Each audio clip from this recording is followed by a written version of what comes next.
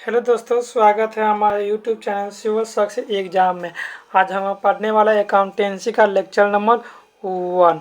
ठीक है, जैसा कि आप लोग में कमेंट किए थे कि एग्ज़ाम इसका कब होगा और नोट्स के बारे में बोले थे कि हमको टेलीग्राम पे नोट्स चाहिए। तो देखिए, आपको बता देता हूँ कि आपको exam last week of August तक एग्ज़ाम का डेट आपको आ जाएगा, या अगस्त में ही आपको लास्ट वीक तक एग्ज़ाम इसका क्लियर हो जाएगा, क्योंकि इसमें ज़्यादा बच्चा नहीं है। लगभग में अप्रोक्स में 74,000 भी बच्चा इसमें जो फॉर्म फिलअप किए हैं, तो इसलिए ज़्यादा दिन इसमें टाइम नहीं लगेगा जिसका एग्ज़ाम होने में, और जल्द से जल्द सिलेक्शन होगा। एग्ज़ाम डिले होने का मुख्य कारण है बिहार में जो आरक्षण हुआ था लागू, उसको रद्द किया गया था। इसी कारण साला एग्ज़ाम क्या हुआ था, डिले हो गया। तो एक बिहार में गजट आया है कि पुराने आरक्षण के अनुसार ही साला एग्ज़ाम करवाया जाएगा और उसका प्रक्रिया फाइनल किया जाएगा। ठीक है, तो चलिए आप लोग बिना किसी देरी के क्वेश्चन को सॉल्व करते हैं। और एक नोट्स के लिए पूछ रहे हैं टेलीग्राम के लिए। तो देखिए, ये चैनल थोड़ा नया है, तो इसलिए तो आप लोग दोस्तों को आप शेयर कीजिए और ज़्यादा से ज़्यादा इसमें लोगों को जोड़िए। कम से कम आपको 1000 सब्सक्राइब हो जाएगा ना, तो हम आपको टेलीग्राम चैनल आपको बना देगा, उसमें प्रॉपर आपको नोट्स और PDF उसी पर रहेगा। इसलिए आप अपने दोस्तों को शेयर कीजिए, ग्रुप में ज़्यादा से ज़्यादा शेयर कीजिए और सब्सक्राइब कीजिए चैनल पर नए हैं तो, और बेल आइकन को ऑन कीजिए। ठीक है, चलिए आप दो काम कीजिए इसमें। क्या कीजिए कि आप मिनिमम 1000 सब्सक्राइब को पूरा कर दीजिए, उसके बाद आपको टेलीग्राम चैनल बन जाएगा। उसमें आपको प्रॉपर नोट्स आपको अकाउंट का, टैक्स का और बिहार का पंचायत है उसमें दे देंगे, और इसका जो PDF है उसका भी प्रॉपर। इतना कर लीजिएगा, आपका एग्ज़ाम तुरंत के तुरंत निकल जाएगा, क्योंकि इससे बाहर क्वेश्चन आपको देखने को नहीं मिलेगा। ठीक है, चलिए बिना किसी देर के हम क्वेश्चन को सॉल्व करते हैं। देखिए, इसमें हम थोड़ा इंग्लिश भी बोलेंगे, क्योंकि अकाउंट को आप इंग्लिश में अच्छे से समझ सकते हैं, हिंदी में है ना थोड़ा मुश्किल होता है समझने के लिए। ठीक है, चलिए। Who invented the double entry system of book keeping? पुस्तपालन की दोहरी लेखा प्रणाली का आविष्कार किसने किया? विलियम पिक्स ने, कि लूकस पेसियोर ने, कि J.R. बाल्टरीवाई, की कार्ल मार्क्स? तो इसका आंसर क्या होगा आप लोग बताइए। कॉमर्स का स्टूडेंट ये आप 11th क्लास में पढ़ रहे हैं, जो हम क्वेश्चन करवा रहे हैं अब 11th का बुक है ना स्टैंडर्ड बुक, उसी से करवा रहे हैं। फिर उसके बाद 12th में जाएंगे, फिर BA पार्ट 1, BCom पार्ट 2, फिर BCom पार्ट 3 पर। तो 3 पूरा का हम अकाउंट का आपको क्वेश्चन करवा देंगे। उसके बाद क्वेश्चन इससे बाहर आपको क्वेश्चन नहीं मिलेगा। ठीक है, चलिए ये बेसिक क्वेश्चन आप लोग बता सकते हैं। इसका आंसर क्या होगा? इसका आंसर क्या होगा? इसका आंसर B होगा। याद कर लीजिएगा, मोस्ट इंपॉर्टेंट क्वेश्चन ये हर एग्जाम में रिपीट आता है, या CPT का एग्जाम हो या CA इंटर्नशिप का, उसमें भी एग्जाम ये क्वेश्चन आता है। ठीक है, चलिए। When the first book on bookkeeping and accountancy was published? पुस्तपालन एवं लेखा कलम की प्रथम पुस्तक कब प्रकाशित हुई? 1494, 1498, 1496 कि 1594? इसको भी आप लोग कॉपी पेन और कॉपी में लेके बैठे हैं, तो ये क्वेश्चन को लिखिए। आप फर्स्ट वाला भी क्वेश्चन को लिख लीजिएगा। इसका आंसर क्या होगा आप लोग नहीं जानते तो लिखिए, इसका 1494 होगा। ठीक है, ये मोस्ट इंपॉर्टेंट क्वेश्चन है, ये बेसिक क्वेश्चन है, को हर कोई बच्चा को पूछ सकता है। ठीक है ना, इसको जानना चाहिए। ठीक है, चलिए नेक्स्ट क्वेश्चन में आते हैं। अकाउंटिंग क्या है? एक बेसिक क्वेश्चन है, अकाउंटिंग क्या है? आप इंटरव्यू में जाइएगा, आपको पूछ देगा कि अकाउंटिंग क्या है, तब क्या कीजिए, उसका डिफिनेशन बताइए। और इसमें पूछेगा आर्ट से, साइंस से, या आर्ट्स एंड साइंस दोनों है कि नॉन ऑफ दिस, तो क्या होगा? इसका आंसर आप लोग जानते हैं, बताइए इसका आंसर क्या होगा? इसका आंसर C होगा, आर्ट एंड साइंस दोनों है। ठीक है, कला और विज्ञान। Book keeping means, book keeping क्या होता है? पुस्तपालन। देखिए, सबसे पहले अकाउंट्स जो स्टार्ट हुआ था, तो सबसे पहले बुक कीपिंग था, उसके बाद जर्नल आया, लेजर आया। सबसे पहले क्या था? बुक कीपिंग ही था। तो बुक कीपिंग क्या था? टू कीप द बुक, पुस्तकों को रखना था, कि to keep the books in office, पुस्तकों को कार्यालय में रखना था कि to maintain business transaction in book, व्यापारिक सौदे का हिसाब पुस्तकों में रखना था। तो बुक कीपिंग का ही मतलब था क्या होता है, मेंटेन, बिजनेस में जितना भी ट्रांजैक्शन होता है उसको मेंटेन करना इन बुक में। तो क्या इसका आंसर होगा, इसका आंसर सी होगा। ठीक है, देखिए which is the last step of accounting as a process of information. Accounting का जो प्रोसेस ऑफ इंफॉर्मेशन का लास्ट स्टेप होता है उसका अंतिम चरण में क्या होता है, recording of data in the book of accounting होता है कि preparation of summary in the form of financial statement की कम्युनिकेशन ऑफ इंफॉर्मेशन की analysis and interpretation of information. तो क्या होगा, लास्ट पूछेगा प्रोसेस ऑफ इंफॉर्मेशन का लास्ट स्टेप क्या होता है, तो इसका आंसर क्या होगा, कम्युनिकेशन ऑफ इंफॉर्मेशन। जो हम इंफॉर्मेशन प्राप्त किए हैं उसको कम्युनिकेशन कर लेंगे, आपस में सूचना को प्रदान कर लेंगे। ठीक है, चलिए, which of the qualitative characteristic of accounting information is left when accounting information is clearly presentation। क्या होता है, जब लेखांकन सूचनाओं को स्पष्ट रूप से प्रस्तुत किया जाता है तब लेखांकन सूचना की कौन सी गुणात्मक विशेषता प्रतिबंधित होती है, बोधगम्यता की, तुलनीयता की, विश्वसनीयता की, प्रासंगिकता। क्या होगा इसमें, अंडर स्टेबिलिटी होगा। इसका आंसर क्या होगा, इसका आंसर ए होगा। ठीक है, लेखांकन सूचनाओं का उपयोगकर्ता कौन नहीं है, देखिए इसमें बोला कौन नहीं है, who is not user of accounting information. क्या होगा, ऑनर होगा, मैनेजमेंट होगा कि इन्वेस्टर होगा कि माइनर होगा, स्वामी, प्रबंधक, निवेशक, आवश्यक। देखिए माइनस जो शब्द है ये आपको हम बताए थे। माइनर क्या होता है, जिस बच्चा या जिस व्यक्ति की आयु 18 वर्ष से कम हो वो क्या होता है, माइनर होता है। जिसकी आयु कितना होता है, 18 वर्ष से ज़्यादा, वो क्या होता है, मेजर होता है। तो देखिए कोई भी अकाउंटिंग इंफॉर्मेशन का उपयोग करेगा तो 18 वर्ष से कम की आयु का बच्चा नहीं कर सकता, हमेशा सीनियर कर सकता है जिसकी आयु 18 वर्ष से ऊपर होता है। तो क्या होगा, इसका आंसर नहीं ये पूछ रहा था, इसका क्या होगा, माइनर होगा। इसका आंसर डी होगा। ठीक है, इसका आंसर क्या होगा, डी होगा। ठीक है, चलिए आप लोग क्वेश्चन वीडियो अच्छा लगा तो लाइक कीजिए, सब्सक्राइब कीजिए, चैनल पर नया है तो आप दोस्तों को ज़्यादा से ज़्यादा शेयर कीजिए ताकि आपको लिए प्रॉपर नोट्स और पीडीएफ आपको टेलीग्राम पर आपको भेज दें। ठीक है, चलिए नेक्स्ट क्वेश्चन को आते हैं, करते हैं। Users of accounting information include. अब देखिए इसमें पूछा कि यूजर ऑफ अकाउंटिंग इंफॉर्मेशन कौन कौन इंक्लूड होता है, क्रेडिटर्स, लीडर, कस्टमर की, ऑल ऑफ दीज। तो इसका आंसर क्या होगा, ऑल ऑफ दीज होगा। ठीक है, यहाँ पे देखिए, at the end of financial year after sale of goods worth 2 lakh there was a closing stock of 10,000। DCG क्या है, देखिए 2 लाख मूल्य के माल के विक्रय के बाद वित्तीय वर्ष के अंत में अंतिम लहित, मतलब अंतिम लहित को क्या बोला, क्लोजिंग स्टॉक का शेष कितना था, 10,000। यह एक क्या है, एक घटना है, यानी कि एक इवेंट है कि ट्रांजैक्शन है कि transaction as well as event कि neither a transaction nor a in event. तो इसका क्या होगा, इसका आंसर ये क्या होता है, ये एक इवेंट है। ठीक है, ट्रांजैक्शन नहीं है। ट्रांजैक्शन माने कि जैसे ट्रांजैक्शन क्या होता है, हम किसी को पेड किए, सैलरी लिए, या किसी को सेल किए या परचेज किए, वो सब ट्रांजैक्शन की गिनती में आता है, लेकिन ये ट्रांजैक्शन की गिनती में नहीं है। ये क्या, इवेंट, एक घटना है। ठीक है,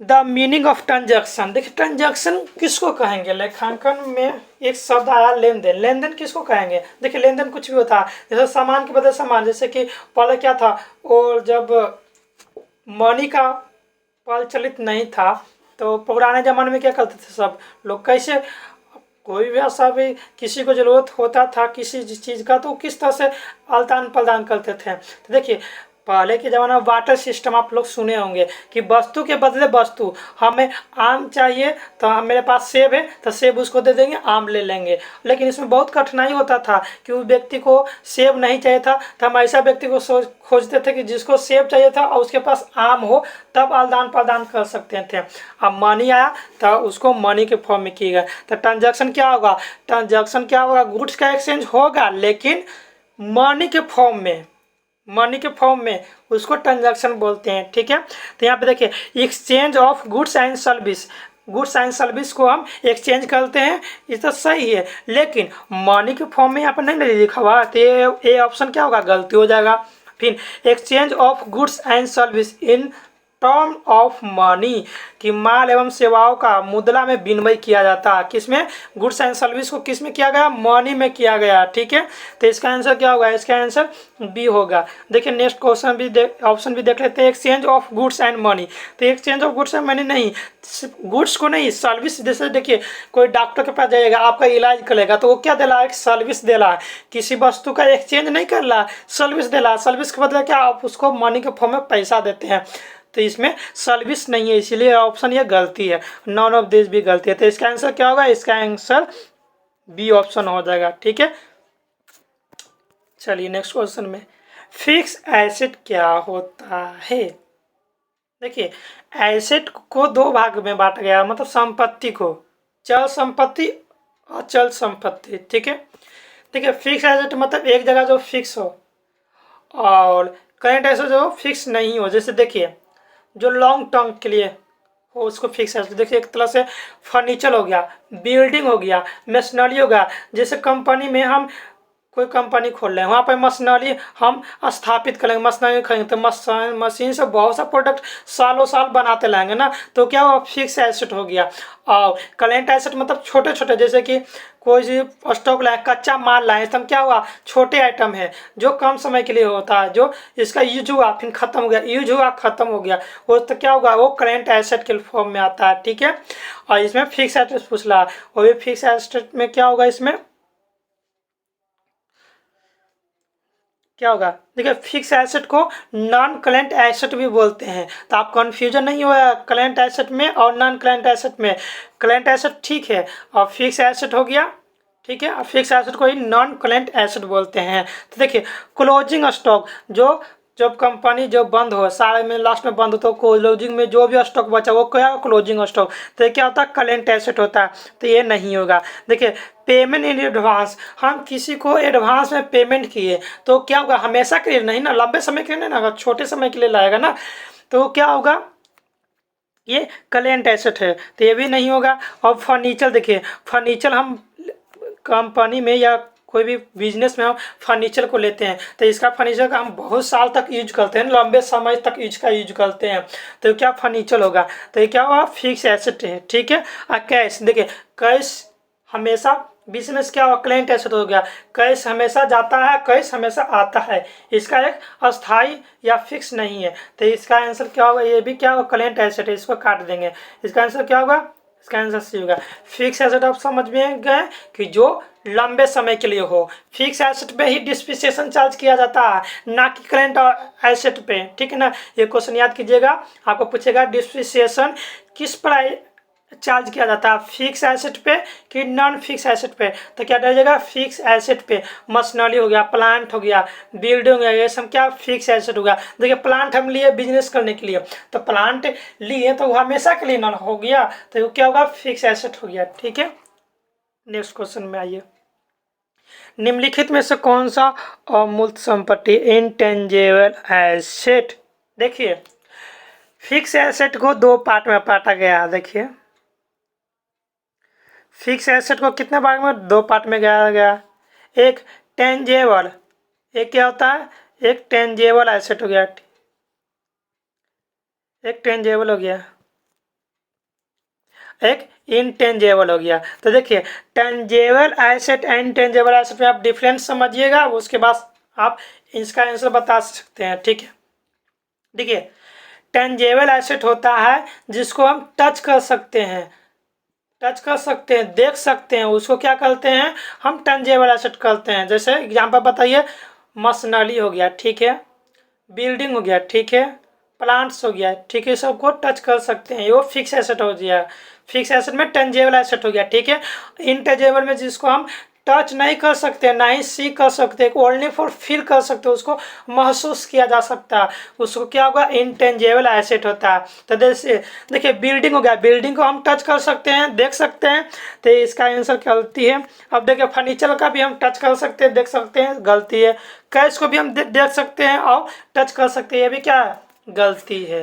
तो ये क्या होगा, इसका आंसर क्या होगा, इसका आंसर ए ऑप्शन हो जाएगा, ठीक है।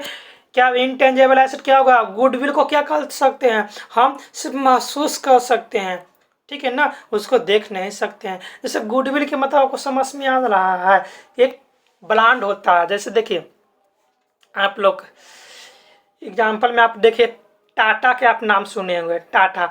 देखिए टाटा का ये स्टील आपको बहुत, आप आंख बंद कर भरोसा करते हैं कि इसका प्रोडक्ट बहुत अच्छा है। तो एक टाटा एक नाम है ना, ये क्या है, एक गुडविल है। टाटा का गुडविल बहुत अच्छा, जहाँ पे टाटा का आ गया उस जिस कंपनी में, उसका सेल क्या होगा, बहुत ग्लो होगा। जैसे देखिए आप एक एग्जाम्पल ले सकते हैं महेंद्र सिंह धोनी का। महेंद्र सिंह धोनी का नाम बहुत चर्चे में, क्या उनका एक गुडविल है, समझ रहे हैं ना, उनका एक गुडविल है। तो वो गुडविल होता है, उसको हम महसूस कर सकते हैं, उसको देख नहीं सकते हैं, नहीं छू सकते हैं, सिर्फ महसूस कर सकते हैं गुडविल को, ठीक है। चलिए नेक्स्ट क्वेश्चन में आते हैं। A person who has to pay money to the firm is called. एक व्यक्ति जिसे फर्म को रुपया देना है कहलाता है। जैसे देखिए एक व्यक्ति है जो फर्म या बिजनेस से जो कोई फर्म हो गया, उससे हम परचेज किए, कुछ भी सामान खरीदे, उसका पैसा नहीं दिए, हम बोले कि बाद में हम दे देंगे, तो उसके लिए क्या हो गया, हम उसके लिए लेनदार हो गए, देनदार हो गए, कि आप पूर्ति करता हो गया, कि इनमें से कोई नहीं। तो देखिए क्रेडिटर्स हो गया, डेबिटर्स हो गया, कि नॉन ऑफ दीज हो गया। तो देखिए हम फर्म में से सामान लिए, पैसा नहीं दिए, तब फर्म के लिए क्या हो गया, हम एक डेबिटर हो गए, क्या हुआ है, डेबिटर्स हो गए, ठीक है। इसका ऑप्शन क्या होगा, ऑप्शन बी हो गया। अगर फर्म किसी कंपनी से कच्चा माल खरीदा, या किसी से कच्चा माल खरीदे हम किसी भी व्यक्ति से, तो उसको पैसा नहीं दिए, बोले कि बाद में पैसा दे देंगे, अभी पैसा नहीं है, तो फर्म उस कंपनी के उस व्यक्ति के लिए क्या हो जाएगा, वो क्या होगा, वो क्रेडिटर होगा। लेकिन यहाँ पे केस क्या है कि फर्म को पैसा देना है, फर्म को पैसा देना, कि वो फर्म से हम उधार लिए, तो क्या हो गया, हम डेप्टर्स हो गए। अगर फर्म को पैसा देना किसी व्यक्ति को, तो क्या होगा, वो क्रेडिटर्स होगा, ठीक है। आप लोग इसमें डिफरेंस समझ गए होंगे। चलिए नेक्स्ट क्वेश्चन में आते हैं। The meaning of goods. Goods का मतलब क्या होता है, मीनिंग क्या होता है। देखिए हिंदी में देखिए मद लिखा हुआ, मद है जिनका उपकरण व्यापार करती है, संपत्ति के रूप में प्रयोग की जाने वाली मद है, ये सभी की इनमें से कोई नहीं। तो देखिए गुड्स किसको कहते हैं, item in which the enterprises deal, ऐसा आइटम जो इंटरप्राइजेज डील कर सकते हैं, ठीक है। Item to be use an asset, और ऐसा आइटम जो हम एसेट के रूप में उपयोग कर सकते हैं, नहीं, ये ऑप्शन गलती है, ठीक है। जब ये ऑप्शन गलती है तो ये भी गलती हो गया, ये भी गलती हो गया, तो क्या होगा इसका आंसर, इसका ऑप्शन ए हो गया, कि item in which the enterprise deal, जो इंटरप्राइज क्या उसको क्या कर सकते हैं, डील कर सकते हैं, उसको क्या बोलते हैं, गुड्स बोलते हैं, ठीक है। 15 नंबर क्वेश्चन है, और इसको बताइए, क्योंकि अभी हम क्वेश्चन को आपको बताए थे, डेबिटर्स और क्रेडिटर में डिफरेंस बताए थे, आप इसको पढ़िए और इसका आंसर दीजिए क्या होगा। एक व्यक्ति को जिसे फर्म ने रुपया देना है, देखिए एक व्यक्ति है, एक व्यक्ति को जिसे फर्म ने रुपया देना, फर्म को पैसा देना है, यहाँ पे व्यक्ति को नहीं देना, फर्म को देना है, उसे क्या कहते हैं। फर्म क्या हुआ, क्रेडिटर, डेबिटर, बैंकर, कि नॉन ऑफ दिस। तो देखिए नॉन ऑफ दिस काटिए, बैंकर भी नहीं होगा, ठीक है। तो देखिए डेबिटर्स में नहीं होगा, क्या होगा, क्रेडिटर्स होगा, क्योंकि फर्म को पैसा देना ना, फर्म क्या हुआ, क्रेडिटर्स हो गया, ठीक है। उधार में सामान लिया, देखिए किसी में उधार में सामान हुआ तो वो क्या हुआ, क्रेडिटर हो गया, और उधार में सेल क्या, वो डेबिटर्स हो गया, ठीक है ना। चलिए नेक्स्ट क्वेश्चन को आते हैं। निम्न में से कौन सी अमूर्त संपत्ति है। देखिए अभी इसका हम बताए थे क्या, टेंजेबल एसेट, इनटेंजेबल एसेट। आप लोग इसका आंसर बताइए और नहीं आएगा तो इसको हम बताते हैं क्या होता है। चलिए ऑप्शन पढ़ते हैं हम लोग। गुडविल, ट्रेडमार्क, पेटेंट की ऑल ऑफ दीज क्या होगा। देखिए गुडविल समझ रहे होंगे, एक नाम होता है गुडविल। ट्रेडमार्क आप लोग देखे हैं कहीं पे, नहीं देखें। ट्रेडमार्क जैसे देखिए कोई भी बिजनेस करता है, टाटा हो गया, जियो हो गया, उसका एक क्या ट्रेड चलता है कि टाटा का एक ट्रेड मार्क होगा, कि जियो का इस तरह का ट्रेड मार्क एक चिन्ह दिया जाता है, ठीक है ना। जियो का देखें ना किस तरह से जियो का सिंबल दिया जाता है, टाटा का किस तरह से सिंबल दिया जाता है, और बहुत सा कंपनी का एक पहचान चिन्ह होता है कि उस चिन्ह को ही हम पहचान कर बता सकते हैं किस कंपनी का, वो ट्रेडमार्क होता है, उसको रजिस्टर किया जाता है, ठीक है। पेटेंट होता है, जैसे देखिए पेटेंट जैसे कि आप लोग सुने होंगे कि कोई सा भी हम माइनस करते हैं या कोई सा भी फिल्म होता है उसको पेटेंट करवाया जाता है, ठीक है। और कॉपीराइट, देखिए आप लोग कॉपीराइट से यूट्यूब पे कोई भी वीडियो आप लोग डालते होंगे, कॉपीराइट मारता होगा। क्यों मारता है, क्योंकि हमको पेटेंट करवाना होता है। जैसे फिल्म इंडस्ट्रीज में देखते हैं कोई सा भी फिल्म निकलता है तो उसको पेटेंट किया जाता है कि कोई भी व्यक्ति करे तो उसको ऊपर कॉपीराइट किया जाएगा सब, ठीक है ना।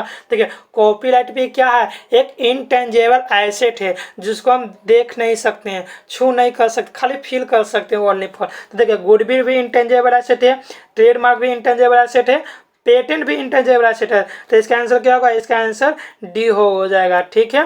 ये लोग याद कीजिएगा, मोस्ट इंपोर्टेंट क्वेश्चन है ये, आपको हर एग्जाम में ये रिपीट क्वेश्चन आता है।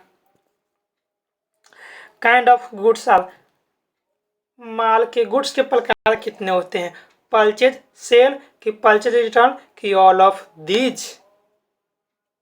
आप लोग बताइए इसका आंसर क्या होगा। देखिए परचेज करते हैं गुड्स को ही ना परचेज करते हैं, सेल क्या करते हैं, गुड्स को ही करते हैं। और परचेज रिटर्न की हम परचेज किए, कुछ डैमेज हो गया तो वो गुड्स क्या हुआ, जो डैमेज गुड्स है वो वापस आ जाता है, तो वो क्या होगा, इसमें ऑल ऑफ दीज होगा, इसमें क्या होगा, डी ऑप्शन हो जाएगा, ठीक है। चलिए नेक्स्ट क्वेश्चन में आते हैं। Which of the following is not an income, क्या बोला कि निम्नलिखित में से कौन आय नहीं है, इनकम का पार्ट नहीं है। आप लोग जानते हैं इनकम का पार्ट क्या है, बताइए आप लोग इसका answer. Commission receipt, discount receipt, interest receipt, capital receipt, बताइए इनकम कौन नहीं है। तो ये देखिए जब भी आप अकाउंट बनाइएगा तब बिजनेसमैन की तरफ नहीं देखिएगा, बिजनेस की तरफ उसको अकाउंट को आप बनाइएगा, ठीक है ना। कि बिजनेस में क्या हो रहा, लॉस हो रहा, बिजनेस में क्या है, पैसा आ रहा है या जा रहा है, ठीक है ना। वो उसके नज़र, बिजनेस के नज़र में आपको देखना है, बिजनेस की तरह, बिजनेसमैन की तरह नहीं देखना है, ठीक है ना। आपको अकाउंटेंसी का कोई भी पूछेगा डिफिनेशन क्या हुआ, आप एक लाइन में बता सकते हैं, accounting is a language of business. Business की भाषा क्या है, अकाउंटिंग है। बिजनेस की भाषा आप समझ गए, आप अकाउंट को समझ जाइएगा, ठीक है। चलिए इसका आंसर क्या होगा, इनकम नहीं है। देखिए कमीशन रिसिप्ट हो गया तो ये बिजनेस क्या होगा, इनकम हो गया। डिस्काउंट रिसिप्ट हो गया, कोई भी परचेज कर ले उस समय डिस्काउंट हुआ तो क्या हुआ, बिजनेस के लिए क्या हुआ, इनकम हो जाएगा। इंटरेस्ट हम रिसिप्ट कर लें वो भी क्या हुआ, इनकम हो जाएगा। तो इसका आंसर क्या होगा, इसका आंसर डी होगा, कैपिटल रिसिप्ट, ठीक है। Which of the following is not an expense, कौन एक्सपेंस नहीं है, baggage account, rent paid, advance baggage paid कि बैगेज पेड फॉर रिपेलिंग। तो इसका क्या होगा आंसर, आप लोग बताइए इसका आंसर क्या होगा, इसका आंसर क्या होगा, इसका आंसर सी होगा। एडवांस बैगेज पेड होता है ना, वो क्या होता है, एक्सपेंस नहीं होता है, ठीक है। देखिए आप लिखो इनकम क्या है, एक्सपेंस क्या है, आप सोचिएगा और इसको आप बनाइएगा। एक क्वेश्चन को आप 2 बार 3 बार जितना बार है उसको रिपीट कीजिएगा, रिवीजन कीजिएगा, क्योंकि बहुत महत्वपूर्ण ये प्रश्न है आपके एग्जाम के लिए। बेसिक क्वेश्चन है, आपको हर एग्जाम में देखने को मिलेगा, ठीक है। आप वीडियो को अच्छा लग रहा है, चैनल पर नया है तो सब्सक्राइब कीजिए और बेल आइकन को ऑन कीजिए, अपने दोस्तों को शेयर कीजिए और 1000 सब्सक्राइबर इसमें आप लोग ऐड कीजिए। उसके बाद आपको टेलीग्राम ग्रुप बना देंगे तो आप लोग को क्या नोट्स और PDF इसको प्रॉपर अच्छे से आपको प्रोवाइड कर लेंगे, ताकि आप एग्जाम देने से पहले क्या कीजिएगा, इसको अच्छे से रिविजन कर सकते हैं, ठीक है। चलिए आइए क्वेश्चन को आप सॉल्व करते हैं। Which of the following is not a business transaction, कौन सा कथन है या कौन सा ऑप्शन है जो बिजनेस ट्रांजैक्शन नहीं है? चलिए बताइए। Cash paid to creditor for goods purchase, मतलब हम क्रेडिटर से क्या गुड्स को परचेज किए थे, उसको हम कैश पेड कर लें, तो ये क्या हुआ? बिजनेस के लिए क्या हुआ? ट्रांजैक्शन है कि नहीं है? ट्रांजैक्शन है ना? आप लोग बताइएगा। Receive order to supply goods worth 10,000, dispensation charge on furniture की पेड इलेक्ट्रिसिटी चार्ज, तो क्या होगा इसका आंसर? आप लोग बताइए। देखिए आप लोग हिंदी में पढ़ सकते हैं। माल क्रय करने के कारण लेनदार को नगद भुगतान किया। फिर दूसरा नंबर ऑप्शन क्या है? 10,000 मूल्य का माल आपूर्तिकरण का आदेश प्राप्त किया। फर्नीचर पर हलास काटा गया कि बिजली का भुगतान किया गया। तो इसका आंसर क्या होगा? देखिए बिजनेस ट्रांजैक्शन नहीं है, इससे पूछा गया है, तो क्या होगा इसमें ऑप्शन? इसका ऑप्शन बी होगा। इसका ऑप्शन क्या होगा? बी होगा। ठीक है, चलिए नेक्स्ट क्वेश्चन में आते हैं। निम्नलिखित में से कौन सा व्यापारिक लेन देन नहीं है? इसमें भी पूछा गया कि बिजनेस ट्रांजैक्शन नहीं है। आप लोग पढ़िए ऑप्शन को और बताइए इसका आंसर क्या होगा। बेसिक कॉन्सेप्ट है ये। About furniture for business, business के लिए हम फर्नीचर को क्या क्या परचेज किए। ठीक है। पेड सैलरी टू एम्प्लॉय, अपने कर्मचारियों को क्या किया? सैलरी को दिए, उसको पेड किए। Paid sons school fee from personal bank account, personal bank account से हम अपने बेटे के स्कूल में क्या फी को हम जमा किए। ठीक है। Paid sons school fee from business money, business में जो पैसा है, बिजनेस में जो इनकम था, पैसा था, वो पैसा लेकर हम बिजनेस से पैसा लेकर उसको क्या किया? अपने बेटे के स्कूल में क्या कहिए उसको हम पेमेंट किए, तो क्या हुआ? बिजनेस ट्रांजैक्शन होगा। हाँ देखिए, कंपनी से या बिजनेस में हम पैसा निकालते हैं पर्सनल यूज के लिए, तो वो क्या होगा? डॉलोइंग का एक कंसेप्ट होता है, डॉलोइंग होता है, वो कंसेप्ट डॉलोइंग के कंसेप्ट में जाएगा। ठीक है, तो ये क्या हुआ? डॉलोइंग का कंसेप्ट है, तो ये कि भी क्या है? बिजनेस ट्रांजैक्शन है। ठीक है, तो इसका आंसर क्या होगा? इसका आंसर सी ऑप्शन हो जाएगा कि अपने पर्सनल अकाउंट से अपने बेटे के स्कूल में पेमेंट किए, फी पेमेंट किए, तो क्या हो? बिजनेस ट्रांजैक्शन नहीं है। जो बिजनेस से रिलेटेड हो वो बिजनेस ट्रांजैक्शन, नहीं तो पर्सनल जितना भी ट्रांजैक्शन होगा वो क्या होगा? अदर ट्रांजैक्शन होगा। ठीक है, बिजनेस नहीं होगा। ठीक है ना, जो बिजनेस के लिए खर्च किया गया वो बिजनेस ट्रांजैक्शन के अंतर्गत आता है। चलिए नेक्स्ट क्वेश्चन में। ये टोटल 50 क्वेश्चन है। आपको जितना भी लेक्चर अकाउंट का मिलेगा लगभग सब में 50 क्वेश्चन ही लाएगा, ताकि आपका अकाउंट्स जल्द से जल्द कंप्लीट हो जाए एग्जाम से पहले। ठीक है, देखिए आप लोग को टैक्स का वीडियो कंप्लीट आपको करवा दिए गए हैं, बिहार पंचायत भी करवा दिए हैं, अब अकाउंट का भी करवा देंगे। और उसके बाद आपका बचेगा क्या? जीएस पेपर और कंप्यूटर और टैली।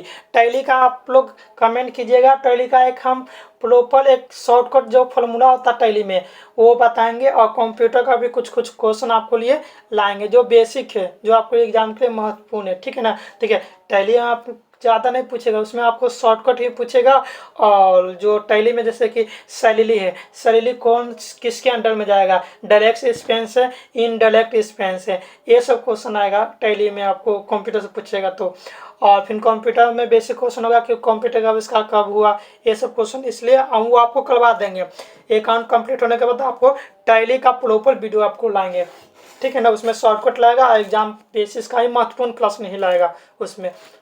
ठीक है, चलिए क्वेश्चन को आप सॉल्व कीजिए कि which of the following is not an expense, कौन सा एक्सपेंस नहीं है। देखिए बिजनेस की नज़र से आप देखिएगा, जब भी अकाउंट बना रहे हैं बिजनेस की नज़र से, बिजनेसमैन की नज़र से नहीं देखिएगा। ठीक है ना, तो आपका कंसेप्ट ज़्यादा आपका अच्छा रहेगा और गलती नहीं होगा। देखिए सैलरी है, तो बिजनेस में क्या होता है? सैलरी को हम किसी को दे सकते हैं, पेड करते हैं, तो क्या बिजनेस के लिए खर्च हो गया ना, लेंट हो गया। हम कोई भी बिजनेस किए हुए हैं, वो किराया पर लिए हुए हैं, उसको लेंट हम दे रहे हैं, तो क्या हुआ? बिजनेस के लिए क्या हुआ? एक्सपेंस हो गया। परचेज कर रहे हैं किसी भी कोई सा भी वस्तु, हम कच्चा माल को क्या कर रहे हैं? परचेज कर रहे हैं, तो उसमें पैसा हम उसको दे रहे हैं, तो क्या खर्च हो गया, तो क्या एक्सपेंस हो गया। लेकिन डॉलोइंग हो गया, जो डोलाइंग हो गया। देखिए आपको बताएं तो जो पर्सनल यूज होता है वो डोलाइंग के कॉन्सेप्ट होता है। तो इसका क्या आंसर हो जाएगा, इसका आंसर डी होगा। ये बिजनेस का एक्सपेंस नहीं है डोलाइंग, ठीक है ना। चलिए नेक्स्ट क्वेश्चन में आते हैं। Which of the following is note the branch of accounting. निम्नलिखित में से कौन सा लेखांकन की शाखा नहीं है। लेखांकन की शाखा नहीं है इसमें पूछा गया है, ठीक है। देखिए management accounting, cost accounting, financial accounting, book keeping, ठीक है ना। ब्रांच ऑफ अकाउंटिंग के नहीं है। देखिए आप लोग इसका आंसर बताइए क्या होगा। इसका बुक कीपिंग होगा। बुक कीपिंग में क्या होगा, वो पहला पुस्तक जिसमें लेन देन को लिखा गया वो क्या होता है, बुक कीपिंग ही होता है। 1494 ईस्वी में इसको लॉन्च किया गया था, लुकस पेसियोली के नाम से किया गया था, ठीक है। पर डबल एंट्री सिस्टम और सिंगल एंट्री सिस्टम, अब जितना भी कंपनी में काम होता है वो सब डबल एंट्री सिस्टम को ही फॉलो करते हैं, सिंगल एंट्री सिस्टम को फॉलो नहीं करते हैं, ठीक है ना। आप लोग याद कीजिएगा इसको। तो देखिए ये भी पार्ट अकाउंट का भी पार्ट है, ये भी पार्ट कॉस्ट अकाउंटिंग भी है, फाइनेंशियल अकाउंटिंग है, ठीक है ना। देखिए इसका अलग से आपको हम MCQ करवाएंगे, इसका भी अलग से करवाएंगे, इसका भी अलग से, ये आपको चल रहा है। 11th क्लास में आपको फाइनेंशियल अकाउंट ही पढ़ना है। ये पार्ट 3 का है, आपको बुक इसमें पढ़ना है अकाउंट में। आई पार्ट किस में, पार्ट 3 का ही है कॉस्ट अकाउंटिंग, इसका अलग है बुक आता है, इसका दोनों का बुक अलग आता है, इसका भी अलग आता है। हम सबको आपको इक्वल में कराएंगे। अभी जो हम लेक्चर लाएंगे 5 लेक्चर लाएंगे अकाउंट का, उसमें आपको फाइनेंशियल अकाउंटिंग का ही लेक्चर लाएंगे जो 11th क्लास में है। उसके बाद हम 12th क्लास का अकाउंटिंग चलेंगे, फिर BCom part 1, BCom part 2, BCom part 3। Video अच्छा लगा तो अपने दोस्तों को शेयर कीजिए, और चैनल पर नया है तो लाइक कीजिए और कमेंट कीजिए, सब्सक्राइब कीजिए, और ज़्यादा से ज़्यादा दोस्तों को शेयर कीजिए, ठीक है। चलिए नेक्स्ट वीडियो में आते हैं। और कोई सा भी सजेशन देना हो वीडियो को कमेंट में आप जरूर लिखिए, ठीक है ना। चलिए आप लोगों का एग्ज़ाम इस मंथ के लास्ट तक आपको कंफर्म है कि आपको नोटिस आएगा ही आएगा, इसलिए टाइम नहीं है, जल्दी आइए। Users of accounting information include, लेखांकन सूचनाओं के प्रयोगकर्ताओं में शामिल है। कौन कौन शामिल है, क्रेडिटर्स, कस्टमर, इन्वेस्टर की ऑल ऑफ दीज। तो क्या होगा इसमें, ऑल ऑफ दीज होगा। कितना होगा, ऑल ऑफ दीज होगा। 24 का क्या होगा, ऑल ऑफ दीज होगा, ठीक है। चलिए करेंट लाइबिलिटी क्या होगा अभी बताते हैं। फिक्स एसेट और नॉन फिक्स एसेट मतलब करेंट एसेट। देखिए करेंट एसेट और नॉन करेंट एसेट अभी आप लोग बताए थे। जो करेंट एसेट मतलब इसको जो क्या होगा, कम समय के होता है। देखिए which are payable within 12 month, which are payable within 5 year, ठीक है। Which are less than 1 lakh की नॉन ऑफ दीज। तो देखिए जो 12 माह के अंदर भुगते हैं, जो 12 माह के अंदर को उसको भुगतान करना, वो क्या होता है, करेंट एसेट होता है। इसका आंसर क्या होगा, इसका आंसर ये हो जाएगा, ठीक है। वो करेंट एसेट होता है, ठीक है ना। देखिए करेंट एसेट में क्या क्या होगा, डेबिटर्स हो गया, डेबिटर्स को हो गया, ठीक है। क्लोजिंग और स्टॉक हो गया, ठीक है। कैश हो गया, कैश एट बैंक हो गया, ये सब क्या हुआ, करेंट एसेट का ही पार्ट है, ठीक है ना। चलिए which of the following is non current asset. देखिए यहाँ पे आया नॉन करेंट एसेट कौन सा है, ये पूछ रहा, आप लोग बताइए, आप लोगों को पता है। Prepaid insurance, goodwill, cash at bank की ऑकेज, इंटरेस्ट, उपार्जित ब्याज, बैंक। देखिए आप लोग बताइए, अभी हम बताए थे इसको अच्छा से। फिक्स एसेट और नॉन फिक्स एसेट बताए थे, current asset, non current asset बताए थे, बताइए क्या होगा।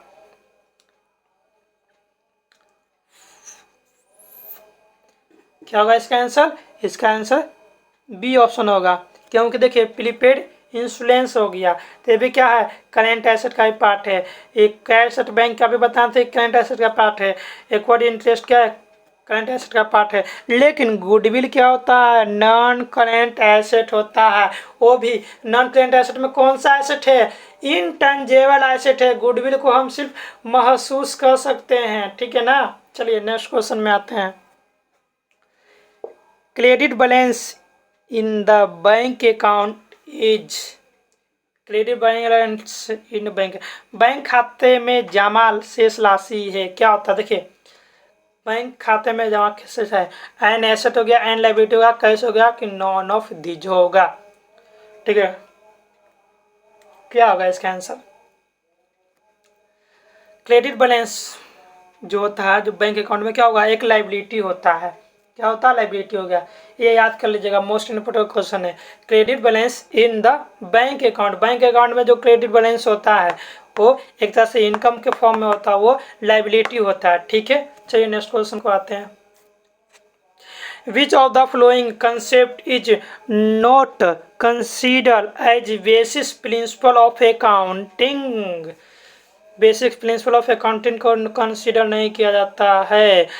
मैनेटली concept, cost concept, consistency concept, logical concept. तो बताइए कौन सा कंसेप्ट? देखिए कंसेप्ट अवधारणा होता है अकाउंट का, यह महत्वपूर्ण होता है।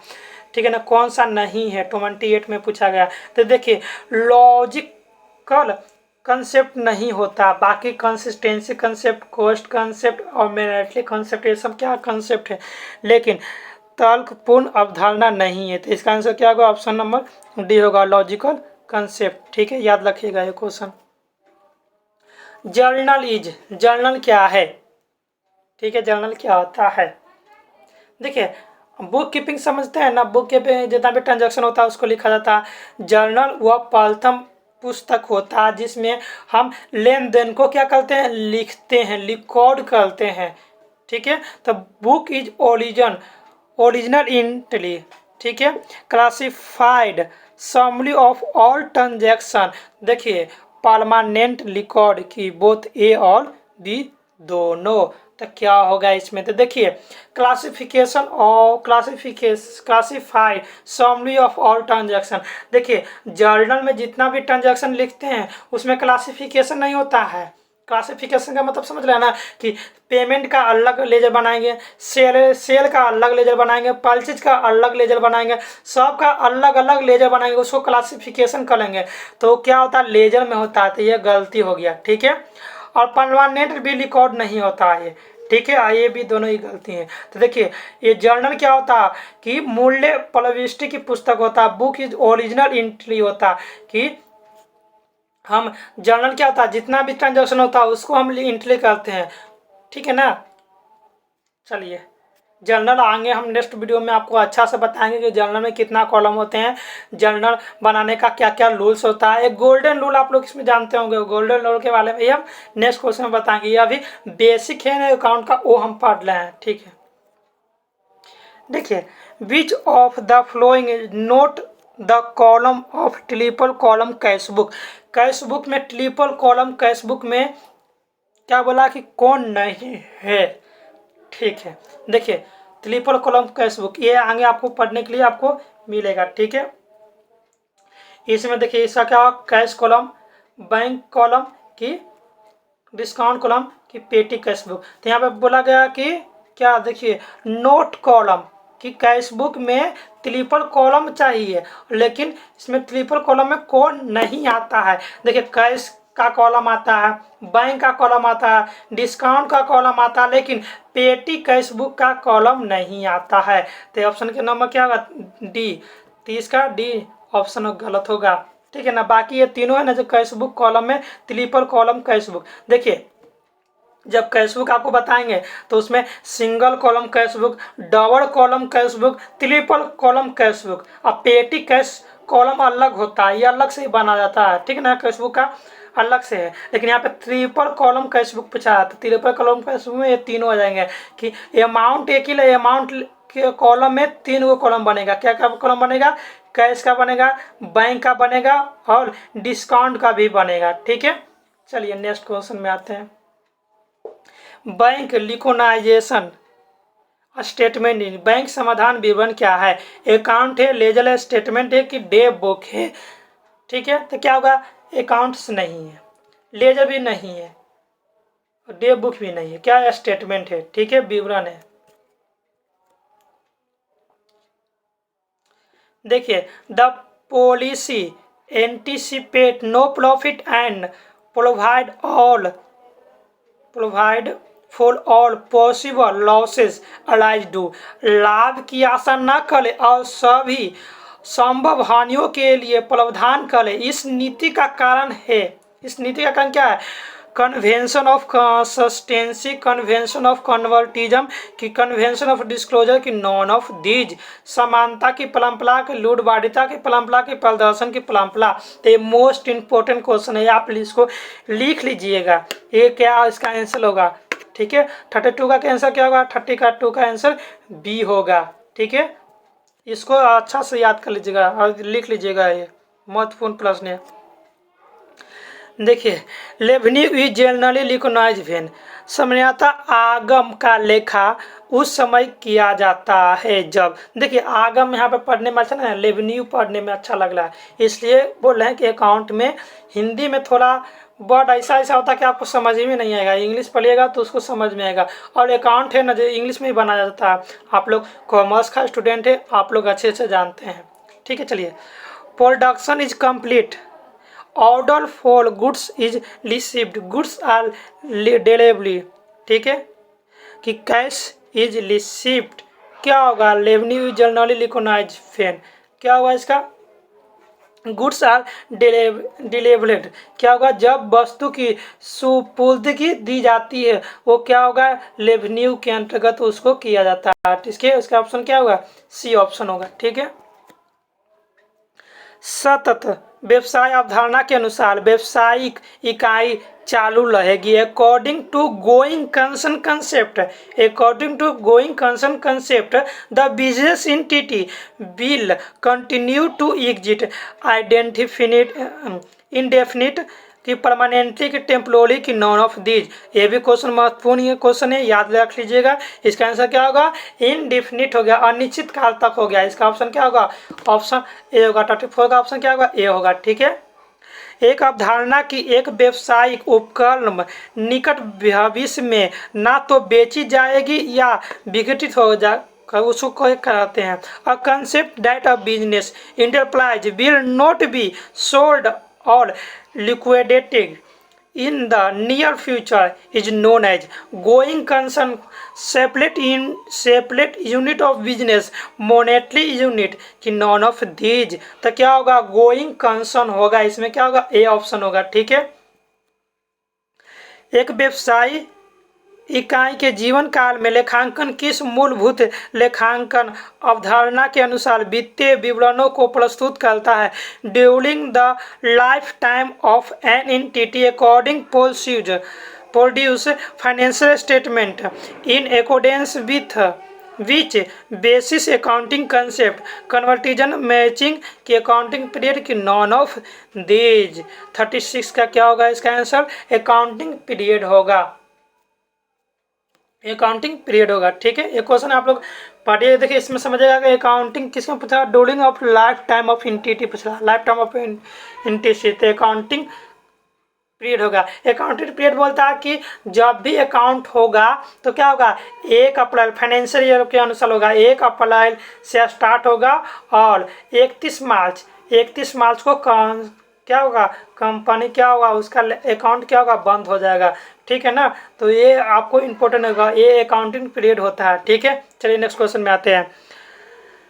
The primary quality that make accounting information useful for decision making are relevance and from base की reliability and compatibility and consistency की नॉन ऑफ दीजिए।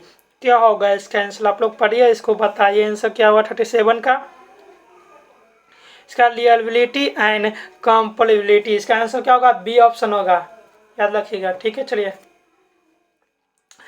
बीच of the following statement is correct, कौन सा स्टेटमेंट करेक्ट है?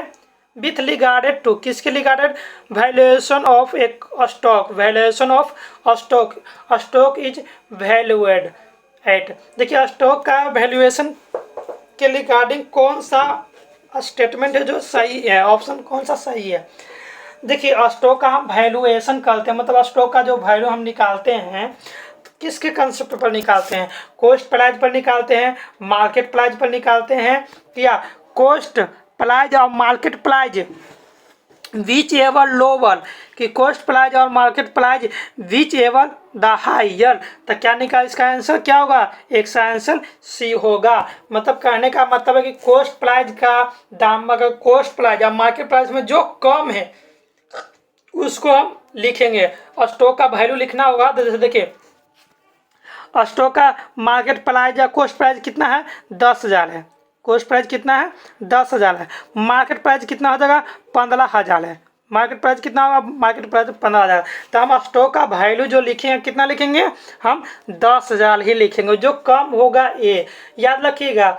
आप जब final account बनाइएगा ना उसमें प्रॉफिट एंड लॉस और या बैलेंस शीट तो उसमें आपको ये क्वेश्चन आपको रहेगा ऑप्शन में, तो आप क्या कीजिएगा जो कम रहेगा उसको हम लिखेंगे, ठीक है ना। ये बेसिक कंसेप्ट है, आगे आपको फिर आपको इसी तरह से आपको ऑप्शन लाएगा, तो इसलिए ये वीडियो बहुत ही महत्वपूर्ण है, ठीक है ना। चलिए नेक्स्ट क्वेश्चन में आते हैं। Provision is made for discount according to, मतलब बढ़ते का प्रावधान बढ़ाया जाता है के अनुसार, किसके अनुसार, कन्वर्टिजन के मैचिंग के कि ये भी दोनों की इनमें की मेटलिटी होता है, मतलब सदलता के लिए होता है। देखिए क्या होता है डिस्काउंट का प्रोविजन क्यों किया जाता है। चलिए इसका क्वेश्चन आप लोग बताइए इसका आंसर क्या होगा।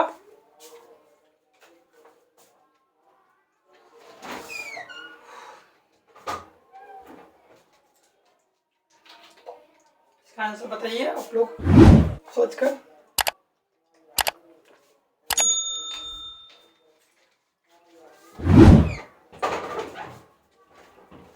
चलिए आइए इस क्वेश्चन को देखते हैं। इस क्वेश्चन को आप लिख लीजिएगा। इसका ऑप्शन क्या होगा सी होगा, मतलब ए बी दोनों। डिस्काउंट का हम डिस्काउंट का प्रोविजन इसलिए करते हैं कि ये कन्वर्टिजन होता है, जो अकाउंट का जो कंसेप्ट है उसके अनुसार करते हैं, मैचिंग का भी के अनुसार ही करते हैं, दोनों के लिए ये आपको सही है, ठीक है। गैप का फुल फॉर्म क्या होता है GAPP, गैप का यह आप लोग याद कीजिएगा। और एक AS का याद रखिएगा, AS का पूछेगा। AS का फुल फॉर्म होता है अकाउंटिंग स्टैंडर्ड होता है। और एक फुल फॉर्म पूछेगा, आप लोग याद रखिएगा, कुछ फुल फॉर्म याद करना इम्पोर्टेंट है।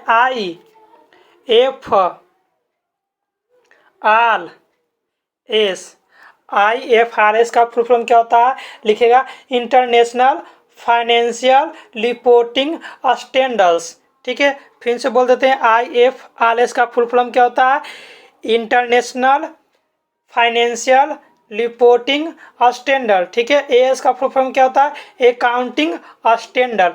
गैप का फुल फॉर्म क्या होता है जनरली एक्सेप्टेड अकाउंटिंग प्रिंसिपल, क्या होता है जनरली एक्सेप्टेड अकाउंटिंग प्रिंसिपल। तो गैप का फुल फॉर्म क्या होता है बी ऑप्शन हो जाएगा इसका, जनरली एक्सेप्टेड अकाउंटिंग प्रिंसिपल होता है। ये महत्वपूर्ण प्रश्न है, देखिए इसमें कुछ कुछ आपको फुल फॉर्म में पूछेगा, आप लोग याद रखिएगा, ठीक है ना।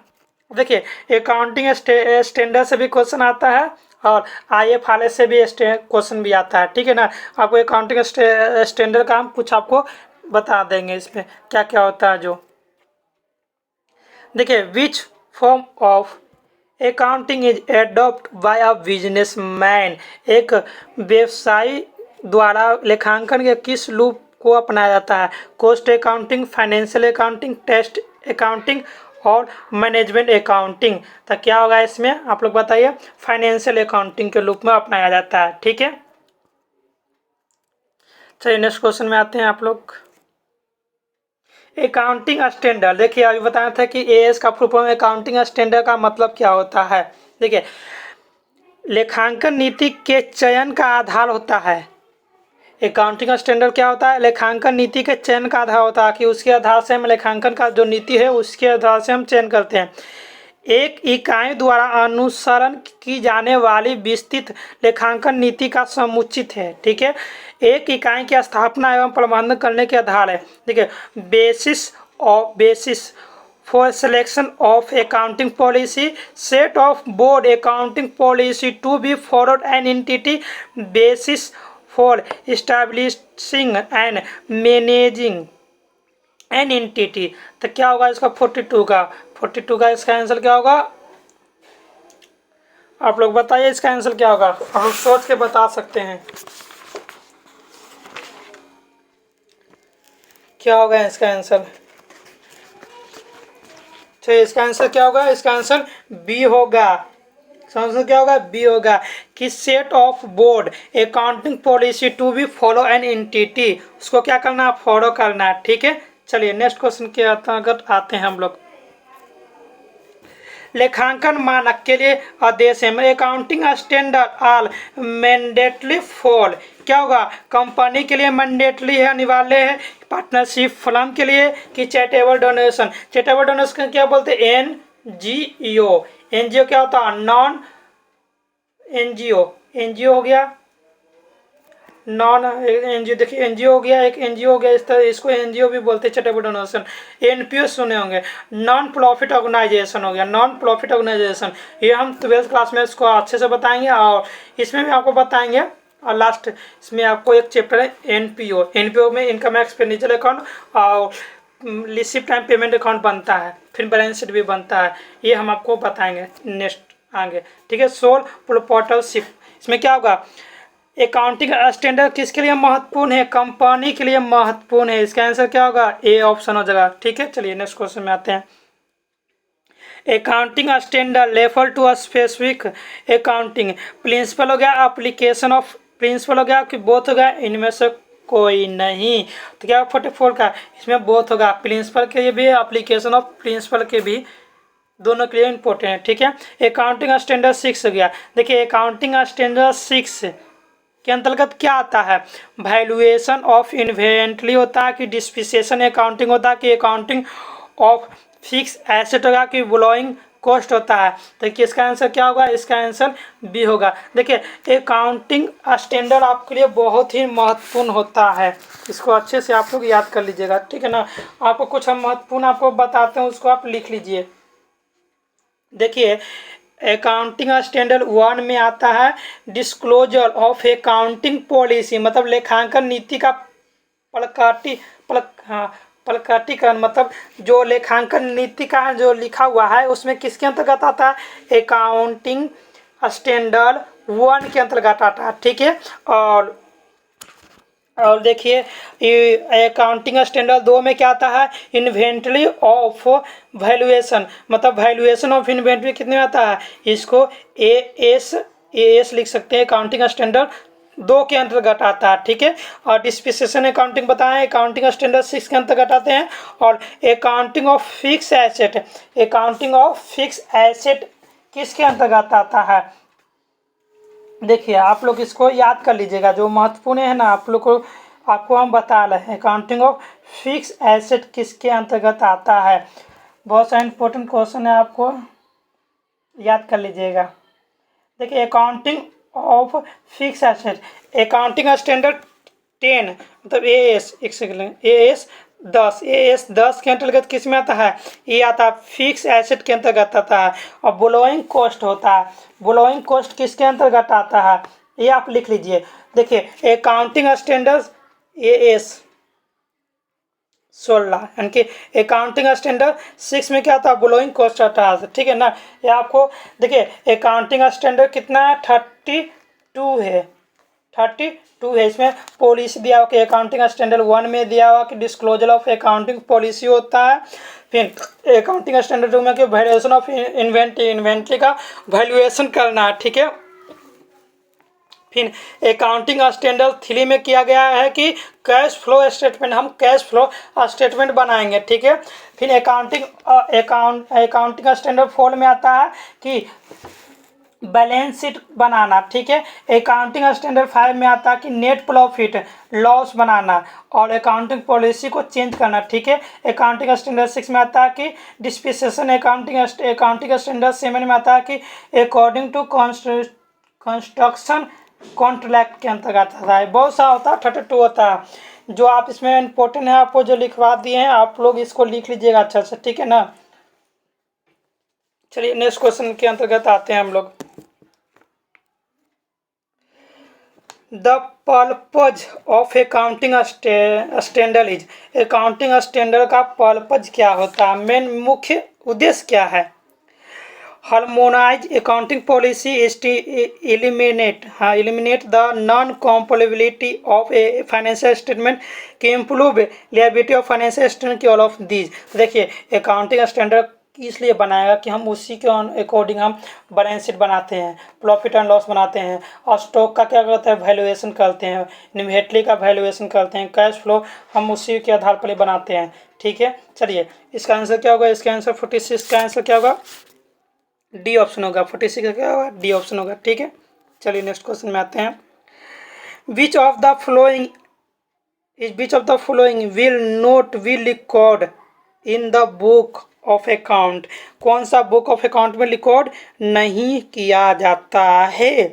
सेल ऑफ गुड्स को, पेमेंट ऑफ सैलरी को, सैलरी ऑफ स्टाफ की, order for supply for goods. क्या होगा इसमें, देखिए ये सब को लिखा जाता है लेकिन इसको नहीं लिखा जाता है। ठीक है ना, ऑर्डर किया जाता है उसको नहीं लिखा जाता, जो मनी के फॉर्म में होता है उसी को लिखा जाता है। 47 क्या होगा, 47 का डी ऑप्शन होगा। ठीक है, चलिए नेक्स्ट क्वेश्चन में आते हैं। Double entry system on by origin, double entry system पर देखो बताइए, आपको फर्स्ट में बताए थे। डबल एंट्री सिस्टम कौन, लूकस पेसियोली। इसका ऑप्शन क्या होगा, ऑप्शन नंबर ए हो जाएगा। ठीक है, चलिए under the cash basis of accounting expenses are record, जो कैश बेसिस अकाउंटिंग होता है, जो एक्सपेंस को रिकॉर्ड कब करते हैं, ऑन पेमेंट के समय किया जाता है कि ऑन बिंग इनक्लज, मतलब ब्याज दे होने पर। तो क्या होगा इसका, ऑन पेमेंट होगा। 49 का क्या होगा, 49 का ए हो जाएगा। ठीक है, देखिए under the equal basis of accounting expense are recorded, जो इक्वल बेसिस पर अकाउंटिंग होता है, जो उसका एक्सपेंस कहाँ लिखा जाता है, ऑन पेमेंट पर कि ऑन बीइंग इनक्लूड, तो व्यय देय होने पर कि ये भी दोनों। क्या इसका आंसर होगा, ऑप्शन नंबर बी हो जाएगा। ठीक है ना, कैश पर लगेगा तो पेमेंट और क्योज और कज बोला गया अगस्त बेजी, तो क्या हुआ, इनक्लज हो गया। ठीक है, चलिए थैंक्स मेरे दोस्तों, ये महत्वपूर्ण आपको अकाउंटेंसी का आपका लेक्चर नंबर 1 हो गया। सेकेंड एक सेकंड दोस्तों, ये गलती है, टैक्स नहीं होगा इसमें, अकाउंटेंसी है। ठीक है ना, लेक्चर नंबर 1 था ये आपका महत्वपूर्ण प्रश्न था। ठीक है, चलिए आपको वीडियो अच्छा लग रहा है तो दोस्तों को आप शेयर कीजिए और लाइक कीजिए, और अगर कुछ भी कमेंट सजेशन देना है तो कमेंट बॉक्स में ज़रूर लिखिए, और वीडियो कैसा लग रहा है ये भी आप कमेंट बॉक्स में लिखिए, और जल्द से जल्द आप लोग 1000 सब्सक्राइब इस चैनल पर कर दीजिए। उसके बाद आपको टेलीग्राम ग्रुप बन जाएगा, उसके बाद आपको प्रॉपर नोट्स मिल जाएगा, और नोट्स के बाद PDF मिल जाएगा, और कोई भी क्यूरी हो आप लोग कमेंट बॉक्स में ज़रूर दीजिए। थैंक्स मेरे दोस्तों, आप वीडियो कैसा लगा ये जरूर आप लोग कमेंट बॉक्स में बताइए। ठीक है, थैंक्स मेरे दोस्तों, नेक्स्ट वीडियो हम जल्द ही आप लोग के लिए कल या परसों हम आप लोग को अपलोड कर देंगे। ठीक है, थैंक्स मेरे दोस्तों।